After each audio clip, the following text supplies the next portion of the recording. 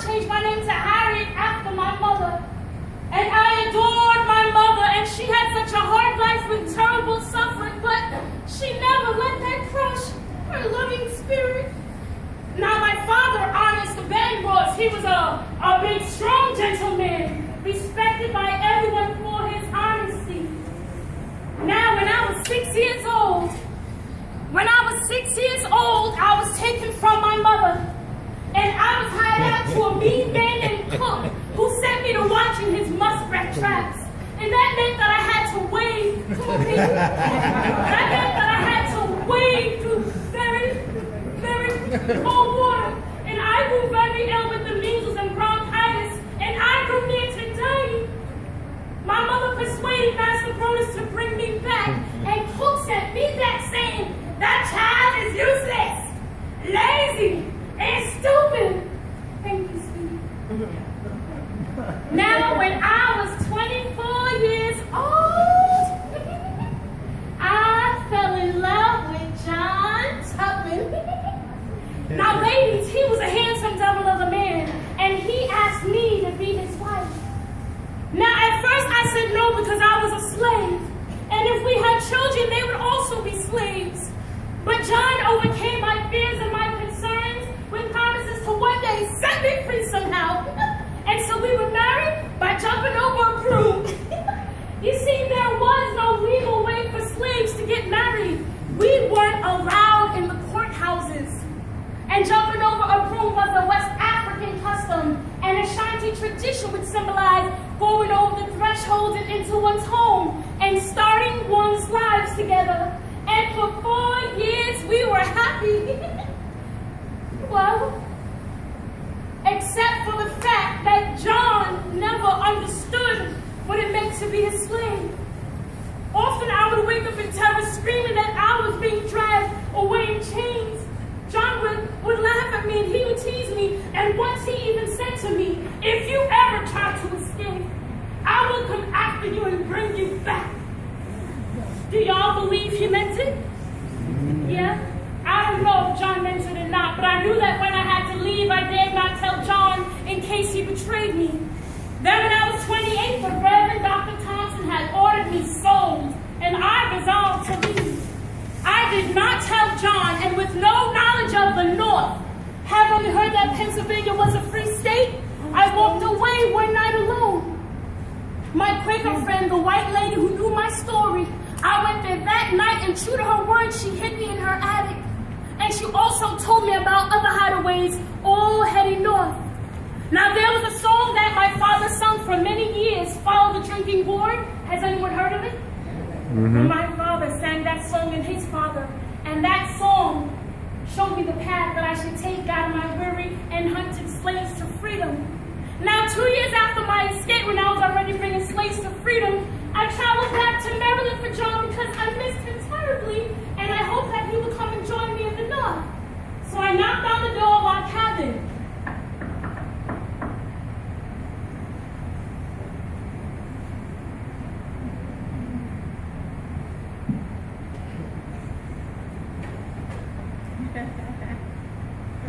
Like I said, I knocked on the door. Let me go.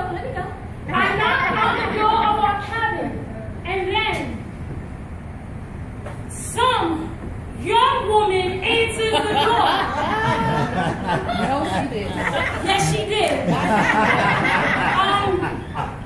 Who are you? I asked. I didn't even want to hear it. And there was John looking all shamefaced, telling me that she's his new wife. Broom and all, y'all. Yeah. I didn't free you yet, don't you move. But lucky for him, I didn't have my gun on me that visit. But I kept my dignity, well, sort of, and I did not give way to rage or grief. But I collected a party of fugitives, and then I brought them safely to Philadelphia with a broken heart. I love John so much, and I brought the group of fugitives north. Everyone except for her, you can go now. Now, because of my mission, I met some great men and women. Have y'all ever heard of Ralph Waldo Emerson? Yes. Sojourner Truth? Oh, yes. Wendell Phillips? Yes. Frederick Douglass? Of course. What year did the Civil War start? 1861. 1861. When the news came of the capture of Port Royal in South Carolina, I decided to go there and work amongst my people. Now, what did I work as for the length of the Civil War? What was I? I was a scout. What else? I was a spy. I was a nurse. I was a spy for the Union that is today known as the CIA. I served Colonel Robert Gould Shaw his final meal. He was a colonel. He was the officer that was head of the 54th Regiment, the first all-black regiment, educated black men that came from Boston with the help of Harriet, William Garrett, and Frederick Douglass. Now, what year did the Civil War end? 1865. In 1865, when the Civil War ended, I went to Auburn, New York, and I negotiated some land with Mr. Seward, New York's Secretary of State at the time, for a little patch of land with a house on it near his own home. The Harriet Tubman Home for the Aged that exists till this day, 180 South Street. And to this house is where I brought my parents. Now, my mother once told me that she ought not to have ever have been a slave. So I paid a lawyer to look up the will of my mother's first master, and there he found the little girl Rick, my mother, who was given to his granddaughter to look after the little girl until she was of age. But the little girl had died shortly after, and there were no provisions in the will as to what to do with my mother. My mother was 9 years old, and at 9, my mother was emancipated, meaning what? Free. 9 years old, my mother was free. But no one informed my mother of this fact. So for the next 69 years, my mother lived as a slave in bondage until she was rescued by her very own daughter. And I sometimes think that my greatest achievement ever was rescuing my parents. Yes, yes.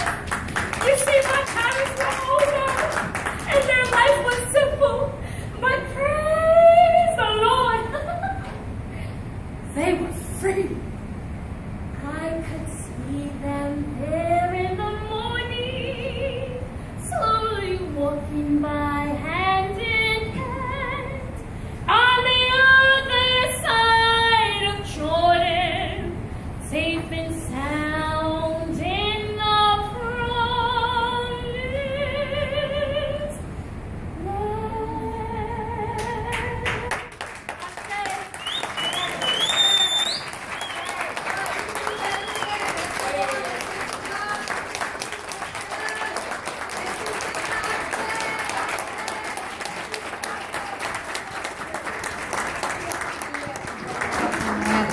So great.